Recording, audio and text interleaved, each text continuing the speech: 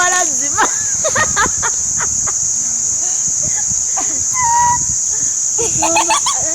Yangamuka kwate.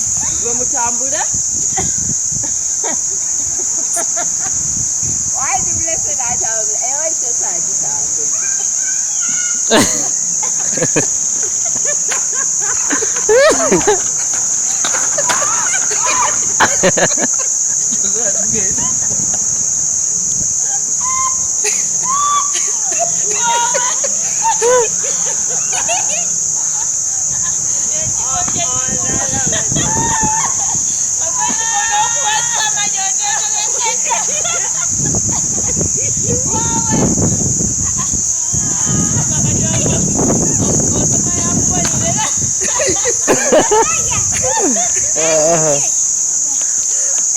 I'm sorry,